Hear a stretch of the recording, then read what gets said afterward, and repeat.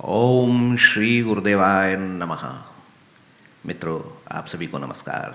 जैसा कि आप जानते हैं, हम विगत कुछ समय से श्रीमद् भगवत गीता के अध्याय 2 के कुछ महत्वपूर्ण श्लोकों के बारे में विवेचन कर रहे हैं। इसी क्रम में आज हम अध्याय 2 के श्लोक संख्या 16 एवं 17 के बारे में विवेचन करेंगे।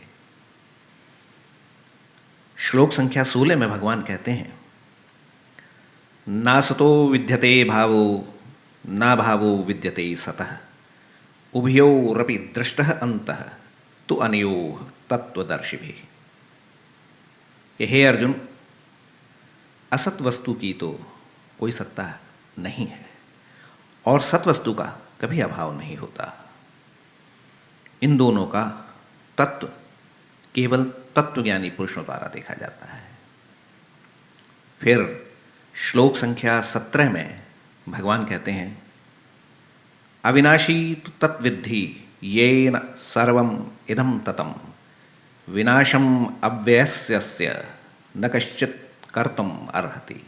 अर्थात अर्जुन, नाश रहित तो तू उस वस्तु को जान जिससे ये संपूर्ण जगत, संपूर्ण संसार व्याप्त है।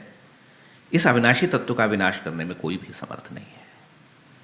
ये 2 श्लोक अत्यंत महत्वपूर्ण हैं। इनके बारे में हम आज विवेचन करेंगे। तो जैसा कि भगवान कह रहे हैं कि असत वस्तु की तो कोई सत्ता नहीं है और सत वस्तु का अभाव नहीं है। तो वास्तव में भगवान यहाँ पर संसार की रियलिटी के बारे में अर्जुन को बता रहे हैं, संसार की वास्तविकता के बारे में बता रहे हैं। यानी अर्जुन युद्ध के मध्य हैं और अपने गुरु, अपने भ्राता, अपने बंधु बांधवों के साथ युद्ध करने को प्रस्तुत हैं। इस क्रम में उनकी यह अवस्था आ जाती है कि वो सोचते हैं कि इन सबको मारकर मैं कहीं पाप तो नहीं कर रहा हूँ, इन सबको मारकर मुझे क्या प्राप्त होगा, इन सबसे युद्ध करके मुझे अंततोगत्वा क्या लाभ होगा। यह विचार करके वो युद्ध ना करने का निश्चय करते हैं। तो भगवान उनको यथायोग्य कर्म करने का उपदेश कर रहे हैं। तो भगवान उनसे कह रहे हैं कि जो ये संसार तुम्हें दिखाई दे रहा है, ये वास्तविक संसार नहीं है, ये केवल रूप मात्र है, यानी कि मायाजाल है, इल्यूजन, हैलुसिनेशन है। कैसे? क्योंकि ये नित्य परिवर्तनशील है, इसका नित्य परिवर्तन हो रहा है। इसकी यथावत सत्ता ये नहीं है। जो चीज़ निरंतर परिवर्तित होती है, अर्थात उसमें चेंज आ रहा, तो वो एटर्नल वस्तु नहीं हो सकती, अर्थात परम वस्तु नहीं हो सकती, ना ही उसका ये परम रूप हो सकता है। तो वास्तव में हम लोग सांसारिक मनुष्य और सांसारिक प्राणी संसार का जिस रूप में दर्शन करते हैं, वो बहुत नीचे लेवल का व्यापार है, वो सब मायाजाल है। वास्तविक संसार का तो हम लोग दर्शन ही नहीं कर पाते। तो भगवान कह रहे हैं कि जो वास्तविक संसार है वो, उसमें परिवर्तन नहीं है। वास्तविक सत्ता हमेशा सदा सर्वदा एक ही रूप में रहती है, एक ही रूप उसका रहता है, उसमें कोई परिवर्तन नहीं है। इसी प्रकार जो वास्तविक संसार को देखने वाला जो दृष्टा है, उसकी भी एक परम सत्ता होती है। यहाँ पर बड़ा वैज्ञानिक विवेचन कर रहे हैं भगवान, और गोपनीय तत्व है कि संसार एक चीज़ है और संसार को देखने वाला दृष्टा एक दूसरी चीज़ है, दूसरी वस्तु है। तो जिस प्रकार संसार मायाजाल है, उसी प्रकार दृष्टा भी मायाजाल में फंसा हुआ है। तो संसार का वास्तविक रूप देखने के लिए दृष्टा को भी अपने वास्तविक रूप में आना पड़ेगा। यानी एक संसार का वास्तविक रूप समझने के लिए दृष्टा को भी अपने वास्तविक रूप का संधान करना पड़ेगा, अर्थात अपनी साधना द्वारा अपने वास्तविक रूप को पहचानना पड़ेगा। तो जब हम या दृष्टा या ऑब्जर्वर अपने वास्तविक रूप को पहचान लेगा, उस क्षण संसार भी वास्तविक रूप में प्रकट हो जाता है। अर्थात देखने की क्रिया और देखने योग्य दोनों का बराबर ट्रांजिशन होता है। तो यदि हम चाहते हैं कि संसार का वास्तविक रूप, ट्रू रियलिटी, एटर्नल रियलिटी हम पहचान जाएं, तो वो तभी होगा जब हम अपने स्वरूप को पहचान लेंगे। तो जिस प्रकार दृष्टि, उसी प्रकार दृष्टा,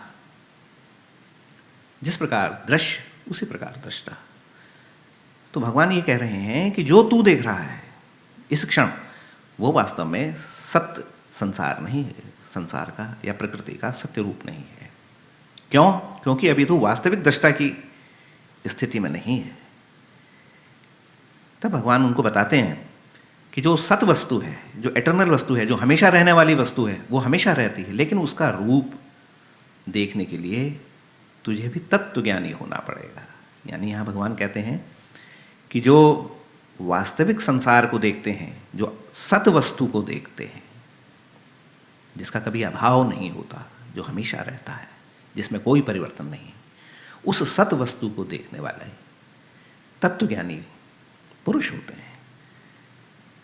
तो इसका मतलब आप समझिए कि अगर हमारे अंदर ये जिज्ञासा है कि हम इस संसार का वास्तविक रूप देख पाएं, एटर्नल रूप देख पाएं, शाश्वत रूप देख पाएं, तो सर्वप्रथम हमें साधना के द्वारा अपने आप को उस लेवल पर लाना पड़ेगा, उस स्थिति में लाना पड़ेगा जिस स्थिति को हम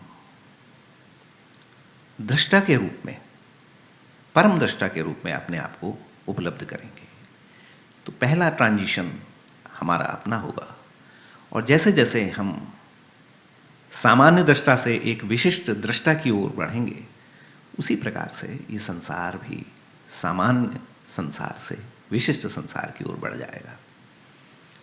तो तत्वज्ञानी पुरुष ही इस संसार को तत्व से जानते हैं, और जब वो तत्व से जानते हैं तो वो ये जानते हैं कि एक ही परम सत्ता सदा सर्वदा रहती है, उसमें कोई परिवर्तन नहीं है, उसमें कोई भेद, कोई रूप परिवर्तन, कोई जन्म और मृत्यु नहीं है। लेकिन इस प्रकार का दर्शन सामान्य मनुष्यों को नहीं होता। इस प्रकार का दर्शन करने के लिए गुरु कृपा अत्यंत आवश्यक है। गुरु कृपा या स्वयं का कोई तीव्र प्रारब्ध, स्वयं की पूर्व जन्म की कोई साधना, अथवा अपना भाग्य। बड़े विशेष लोगों को इस प्रकार की दृष्टि प्राप्त हो जाती है। किसी को गुरु कृपा से प्राप्त हो जाती है, किसी को ईश्वर की कृपा से प्राप्त होती है। लेकिन जब तक ये दृष्टि प्राप्त नहीं होती तो संसार का वास्तविक तत्व हमारे सामने प्रकट नहीं होता। ये भगवान बता रहे हैं।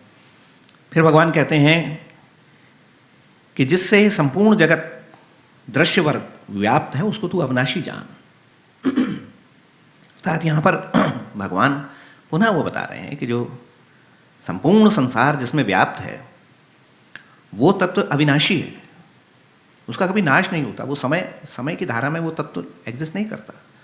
समय का जो समय में एग्जिस्ट करता है, वहाँ पर जन्म मृत्यु और स्थिति होती है, लेकिन समय से परे, यानी कि समय का जब उल्लंघन हो जाता है, जिसमें काल का उल्लंघन हो जाता है, तो उस समय परम स्थिति प्राप्त होती है। उस स्थिति में फिर एक विशेष रूप प्रकट होता है। उस रूप में कोई परिवर्तन नहीं है, वो शाश्वत है, नाश रहित है, और सारा संपूर्ण संसार, सारा जगत, संपूर्ण whole of the existing world, और जो हम देख रहे हैं और जिसको नहीं भी देख पाते, ऐसा तो नहीं है हम कि हम परम दृष्टा हैं, हम संपूर्ण संसार को तो नहीं देख सकते। हम तो अपने आसपास एक लोकल रीजन में दृष्टा के रूप में कार्यरत हैं। लेकिन लोकल से ग्लोबल की तरफ ट्रांजिशन गुरु कृपा से होता है। तो भगवान बता रहे हैं कि यहाँ पर जो परम तत्व है वो अविनाशी है, उसका कोई विनाश नहीं, अर्थात वो काल के फेर में नहीं है। विनाश होना, उत्पत्ति होना, जन्म होना, मृत्यु होना, ये काल की धाराओं का प्रभाव है। जो योगी पुरुष, जो सिद्ध, जो साधक काल का उल्लंघन करके क्षण में स्थिति कर जाते हैं। अब ये काल से उल्लंघन करना और क्षण में स्थिति करना, ये बहुत ही कॉम्प्लिकेटेड, बहुत ही रहस्यमय और बहुत ही गुरुगम्य और बहुत ही साधन सापेक्ष स्थिति है।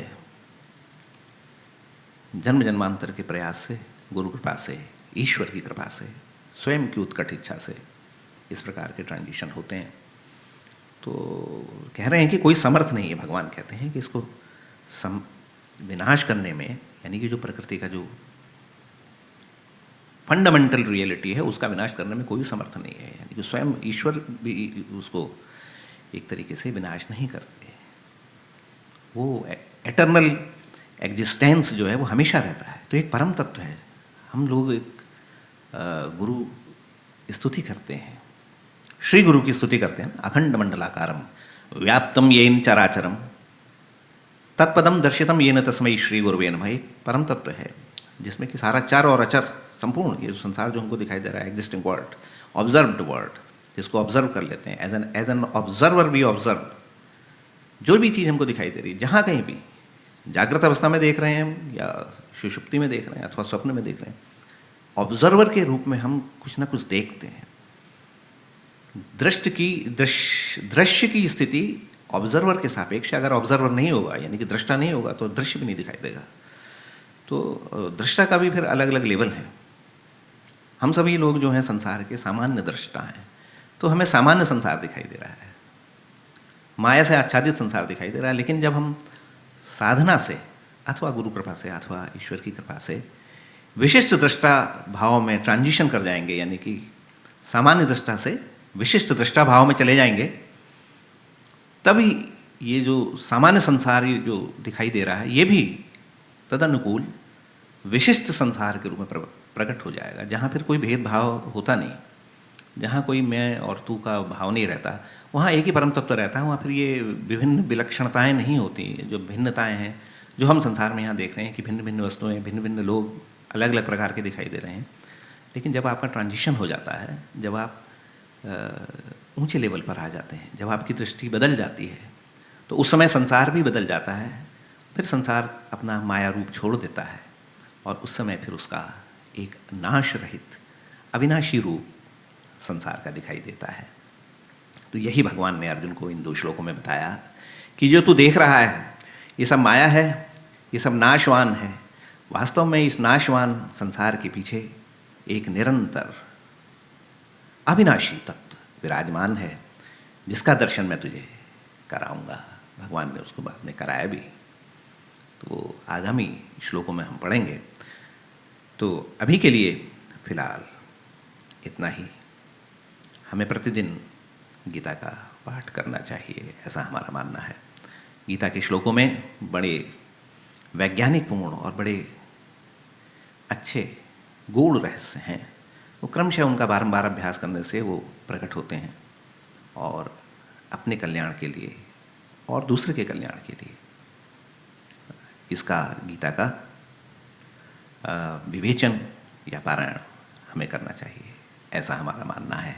ऐसा हमने अपने गुरुओं से सुना है, ऐसा हमारी अंतर्दृष्टि में प्रकट होता है। शेष श्लोकों को किसी अन्य वीडियो में पढ़ेंगे, समझने का प्रयास करेंगे। तब तक के लिए आप सभी को नमस्कार। हरि ओम तत्सत। ओम नमः शिवाय।